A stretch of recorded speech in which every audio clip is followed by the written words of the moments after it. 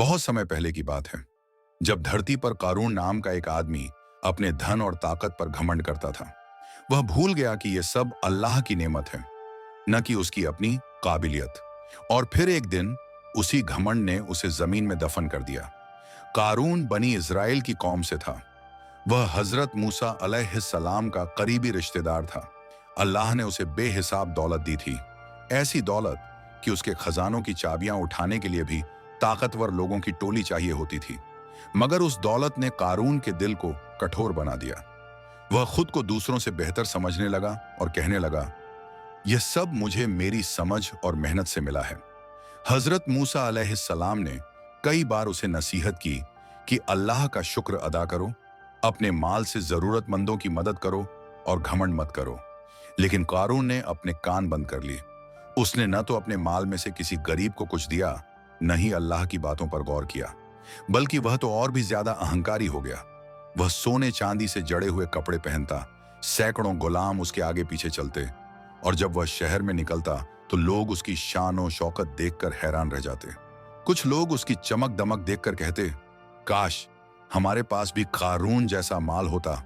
मगर समझदार लोग जवाब देते, अल्लाह की रहमत उससे बेहतर है जो ईमान लाए और नेक काम करे। एक दिन कारून ने सोचा कि हजरत मूसा अलैहिस्सलाम की इज्जत कम करनी चाहिए।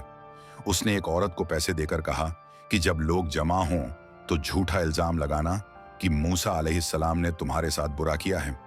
लेकिन जब वह औरत भीड़ में आई और मूसा अल्लाह के सच्चे नबी हैं, ये सुनकर सब लोग दंग रह गए।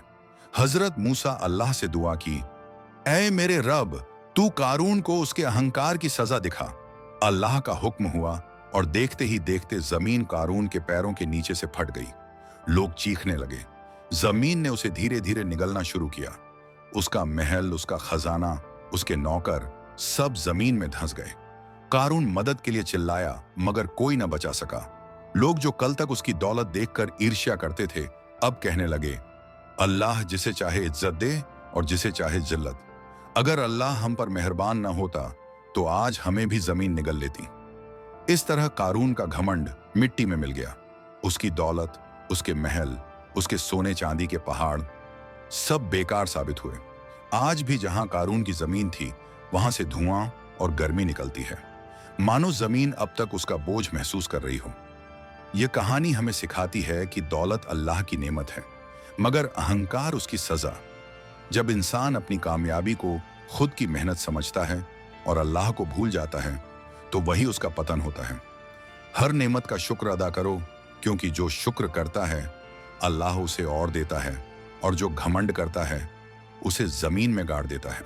कारून का नाम आज भी मिसाल है उस इंसान की जो धन के नशे में खुद को खुदा समझ बैठा और आखिरकार जमीन ने उसे निगल लिया।